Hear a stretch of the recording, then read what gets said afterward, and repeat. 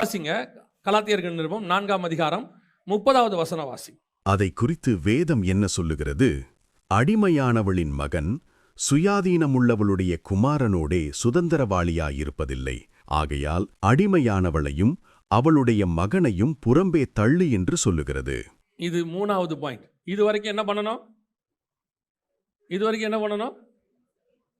3வது பாயிண்ட் இருக்கக்கூடாது. அடுத்து 3வது பாயிண்ட் என்ன இருக்குது? இருக்கக்கூடாது.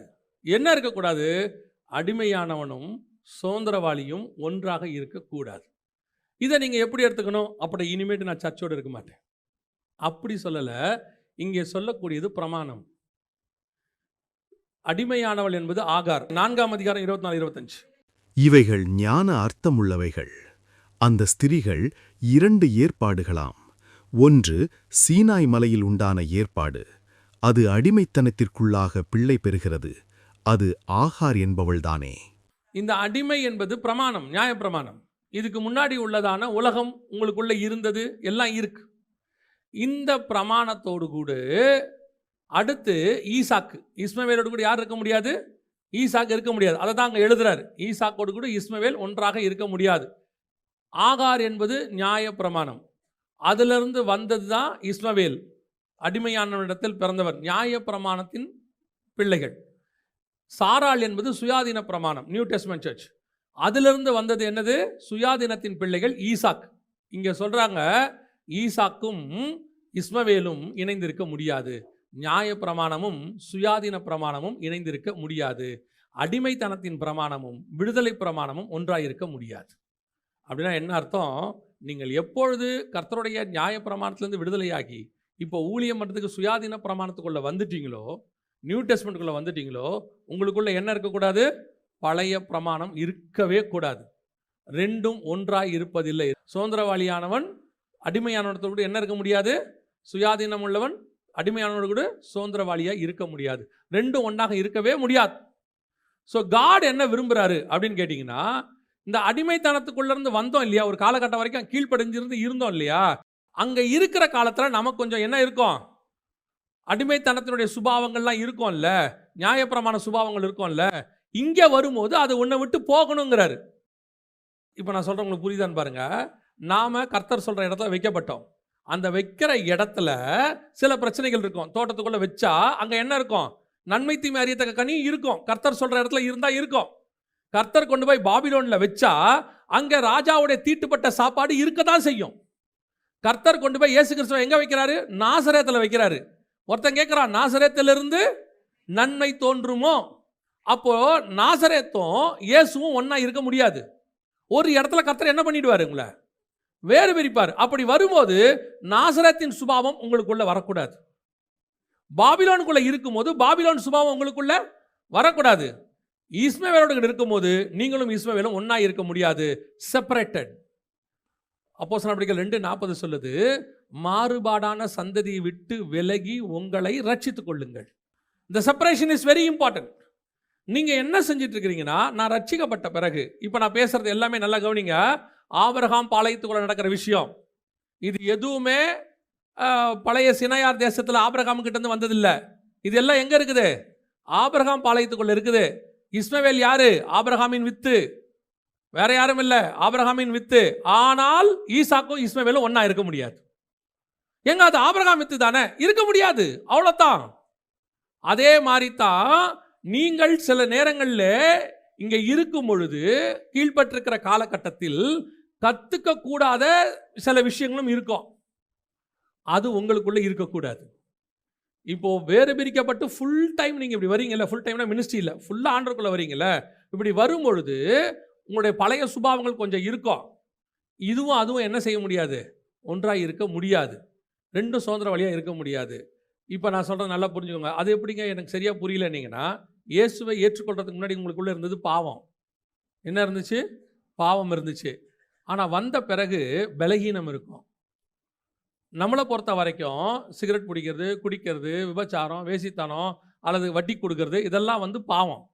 இங்கே வந்த பிறகு இதெல்லாம் இருக்காது, விட்டுருவீங்க. ஆனால் கோபம், மூர்க்கம், பொருளாசை, பணத்தாசை இதெல்லாம் இருக்கும்.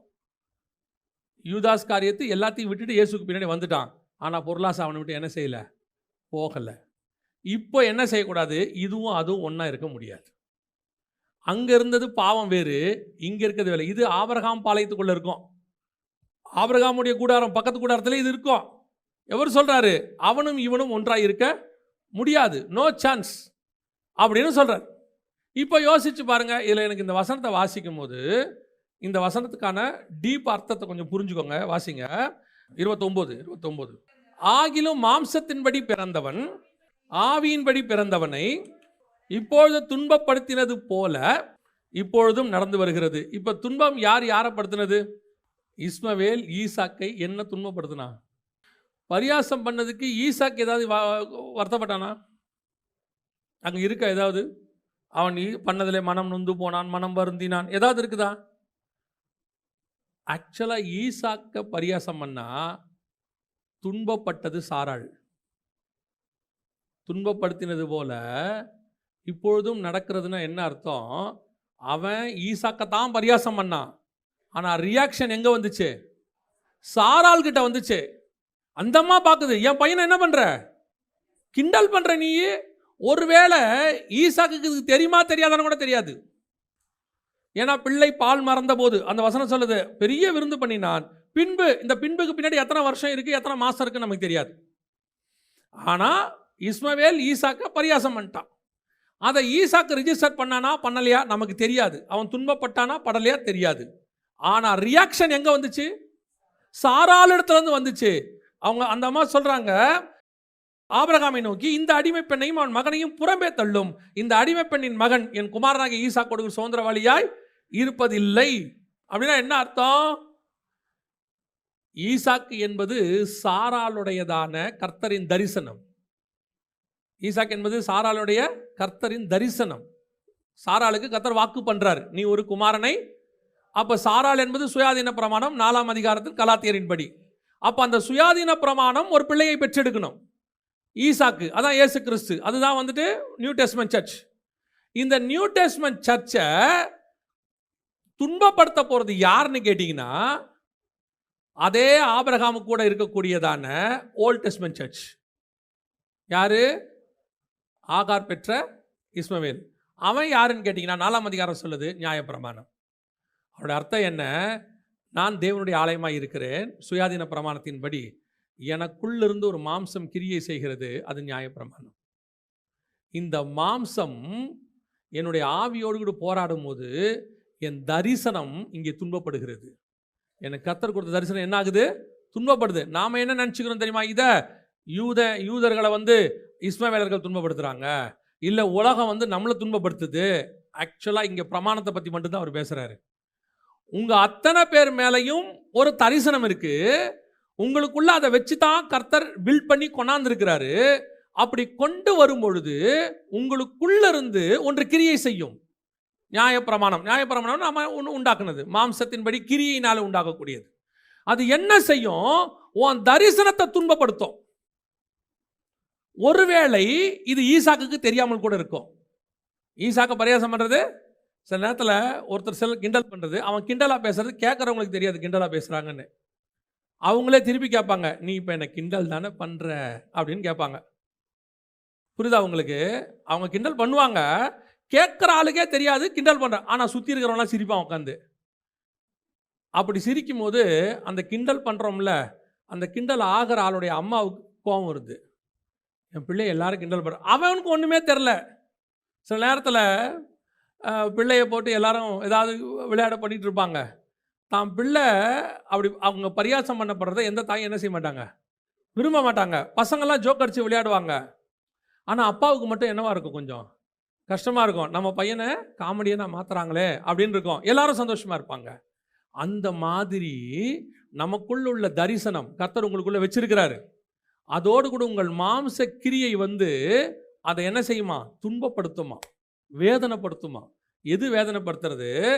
ஆண்டவர் உனக்கு ஒன்று வச்சிருக்கும் போது ஆப்போசிட்டாக ஒன்று செய்யுமா? அது மாம்சத்தின் கிரியை. அது உங்களுக்குள்ள என்ன பண்ணுமா? இந்த சுபாவம் எங்கேருந்து வருதுன்னு கேட்டிங்கன்னா, ஆகார்கிட்டேருந்து வருது. ஆகார் சாராளை எப்படி நினைச்சாங்க? அற்பமாக எண்ணினாள். இப்போ ஈசாக்கை இஸ்மவேல் பரியாசம் பண்ணினான். தாய்கிட்டேருந்து அது வருது. இங்கே என்ன வருது? சாராள் அற்பமா நினைச்ச உடனே சாராள் விரட்டி விட்டாங்க அவங்கள. இப்போ இஸ்மவேலை பரியாசம் பண்ண உடனே விரட்டி விட்டாங்க. அப்படிதான் இருக்கு. புறம்பே தள்ளும் அப்படின்னா என்ன அர்த்தம்? ரெண்டும் ஒன்றாக இருக்க முடியாது. கோர் உங்கள் தரிசனமும் உங்கள் கிரியையும் உங்கள் மாம்ச கிரியையும் ஒன்றாக இருக்க முடியாது. ஒன்று கர்த்தருடைய அது என்ன பண்ணுன்னா கர்த்தரை வேதனைப்படுத்தும்.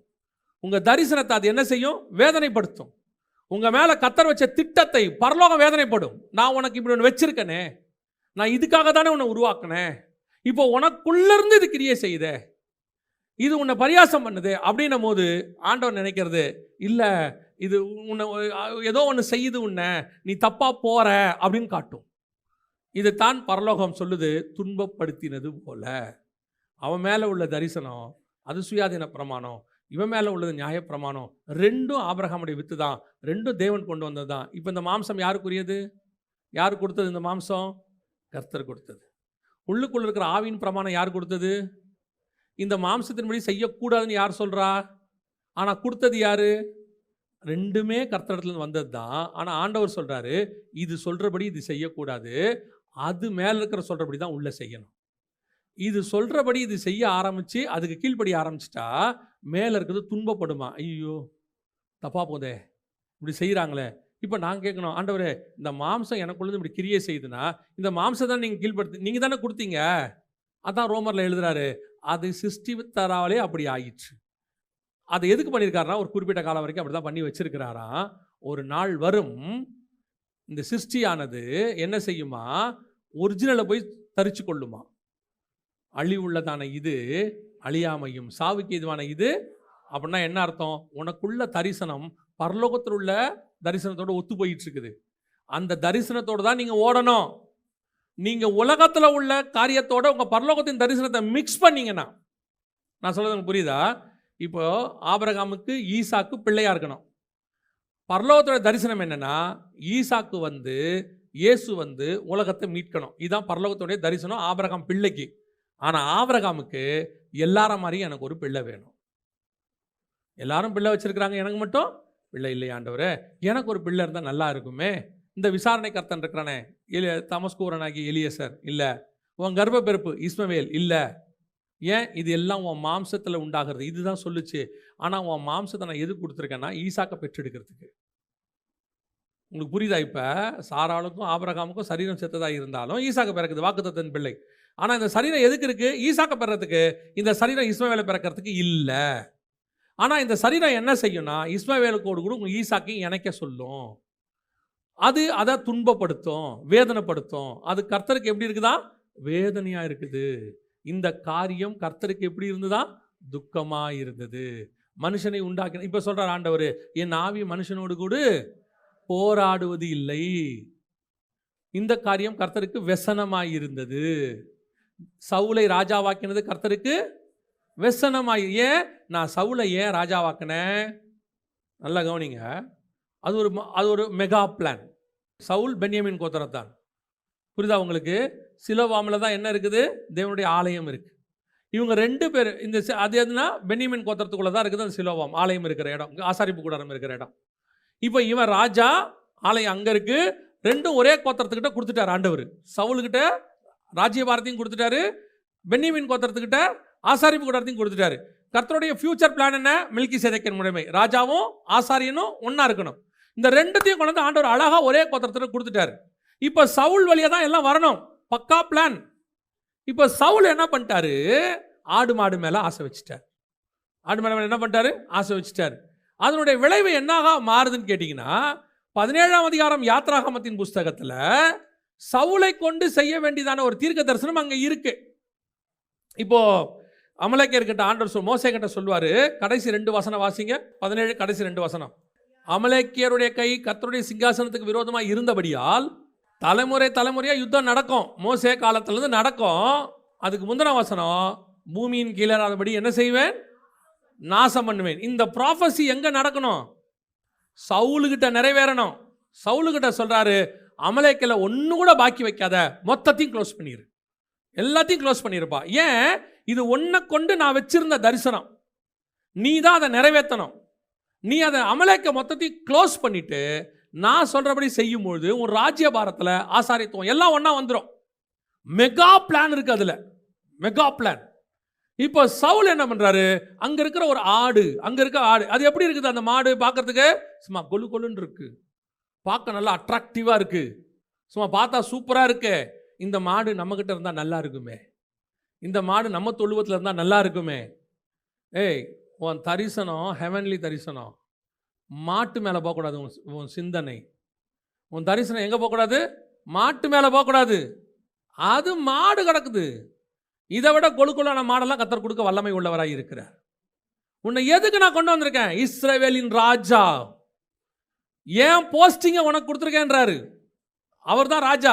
சாமுவேல்கிட்ட சொல்லும்போது சொல்றாரு, அவர்கள் உன்னை அல்ல என்னை தள்ளினார்கள், ஐ ஆம் த கிங்.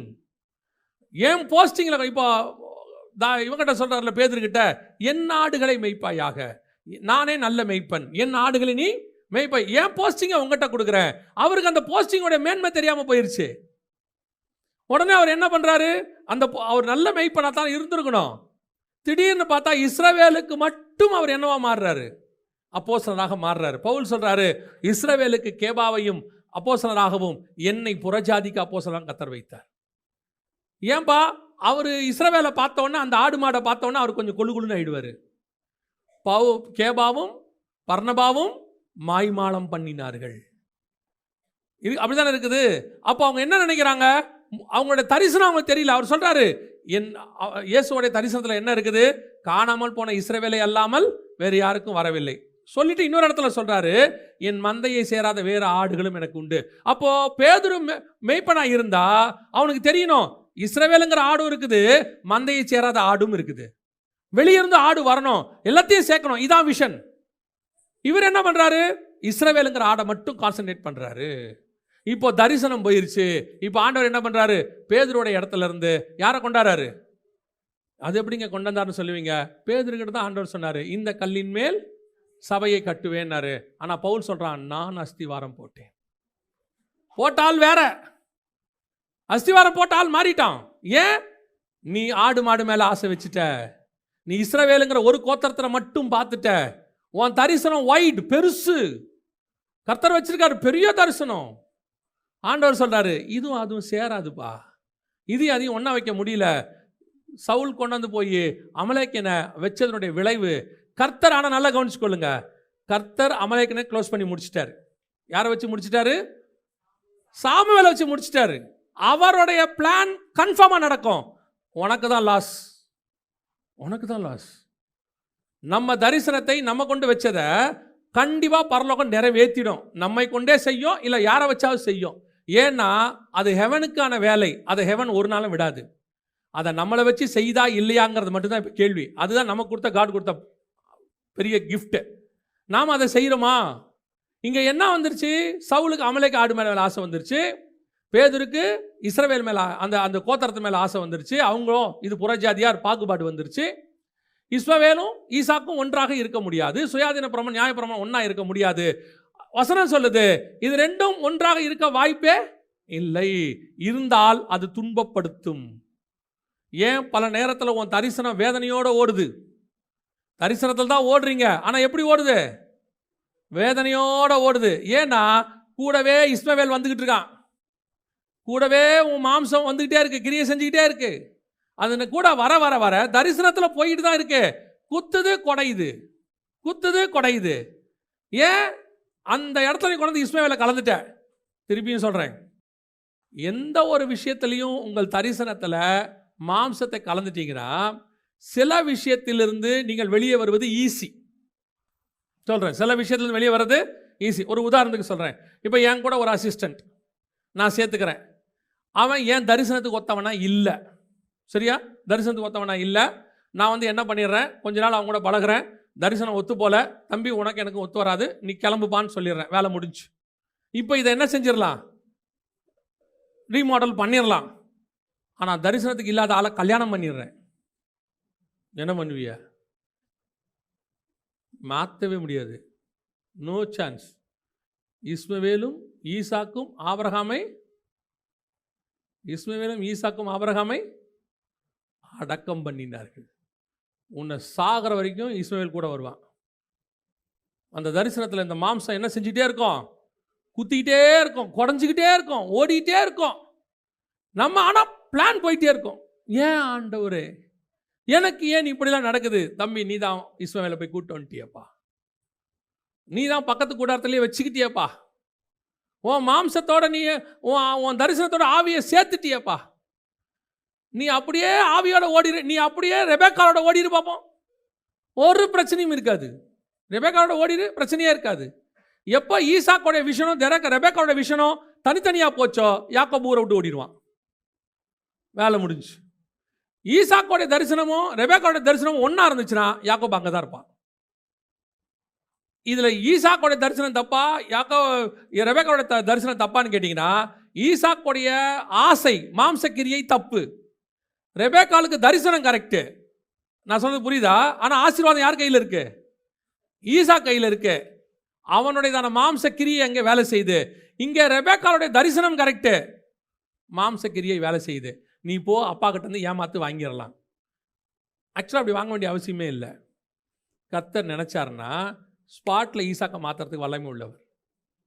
ஏற்கனவே கண்ணை குருடாக்கி விட்டார், ஒரே நிமிஷத்தில் கர்த்தர் மாற்றி கொடுத்துருவார். நம்மளாம் ஒரு உபயாந்திரத்தில் கையாளுறது, நான் சமைச்சு கொடுக்குறேன், உங்கள் அப்பா சமைக்க சொல்லியிருக்காரு, ஒன்றும் இல்லை, கொண்டாந்து ஏசா நிற்க வச்சா கர்த்தர் அவனுக்கு கொடுக்க வேண்டிய ஆசீர்வாதத்தை மாற்றி வாயில் வைக்கிறதுக்கு வல்லமை உள்ளவர். ஏன்னா கர்த்தர் ஆசீர்வதிச்சவனை வேற எவனுமே சபிக்க முடியாது. அவர் தான் பிறக்கும் போதே சொல்லிட்டார, வயிற்றில் இருக்கும் போதே இல்லையா, மூத்தவன் இளையவனை சேவிப்பான், 2 ஜாதிகள் வரும், அவரே சொல்லிட்டாரு. அதுக்கப்புறம் ரெபேக்கா பூந்து அதை வாங்க ட்ரை பண்ணுறாங்க. அவங்க சொல்கிறாங்க எப்படியாவது போய் ஒரு தாயாக அவங்க செய்கிறது கரெக்டு, ஆனால் ஸ்பிரிச்சுவலி ராங். அந்த மாம்சக்கிரியை என்ன ஆயிடுச்சு? விரட்டிட்டாங்க, ஓடி போச்சு. பாருங்க, ஏற்கனவே ஏசா சேஷ்டபுத்திர பாகத்தை என்ன பண்ணிட்டான்? கொடுத்துட்டான், ஆல்ரெடி முடிஞ்சிருச்சு வேலை. இங்க இப்போ ஈசாக்கை யார் ஆசீர்வதிக்கணும்? ஈசாக்கை பொறுத்த வரைக்கும் யாரை ஆசீர்வதிக்கணும்? மூத்த குமாரனை ஆசீர்வதிக்கணும். அதானே அவன் பிளான். இப்போ மூத்த குமாரன் கர்த்தருடைய பார்வைப்படி யாரு? யாக்கோப் தானே. வேலை முடிஞ்சிருச்சு இல்லை? கர்த்தர் நினைச்சா இதை எப்பயோ மாற்றி விட்டுருக்க போறாரு. பல நேரங்களிலே நாம் அந்த தரிசனத்தை நிறைவேற்றுறதுக்கு போராடுறோம், அது மாம்சத்தில் போராடுறோம். அது கடைசியில் முடிவு என்னவா இருக்கும் தெரியுமா? ஊரை விட்டு ஓடுற மாதிரி இருக்கும். அப்புறம் யாக்கோபை வச்சு கர்த்தர் சொன்னதெல்லாம் செய்வார். 20 வருஷம் லாபான்ட்ட ஒப்பு கொடுத்துருவாரு. ஏன் லாபான்ட்ட ஒப்பு கொடுத்தீங்க? அவ்வளோதான் மகனே. இல்லை, நான் போய் லேயால கூப்பிட்டு வந்தேன், அதே வீட்டிலேருந்து ரெபேக்கால கூப்பிட்டு வந்து கொடுக்க தெரிஞ்சா எனக்கு திருப்பி ராகேல கொடுக்க தெரியாதா? கொடுக்க தெரியுமா தெரியாதா? நீ தான் போய் கூப்பிட்டு வரணுமா? அது தேவனுடைய திட்டத்தினுடைய ஒரு பகுதி. அதை எப்படி நாம் ஹேண்டில் பண்ணுறோங்கிறதா இங்கே இம்பார்ட்டண்ட். அதை ஈஸியாகவும் கூப்பிட்டு வரலாம், போயும் கூப்பிட்டு வரலாம், அது உங்களுடைய இஷ்டம். ஆனால் தரிசனம் கர்த்தருடையது. அதோடு உங்கள் மாம்சம் என்ன செய்யக்கூடாது?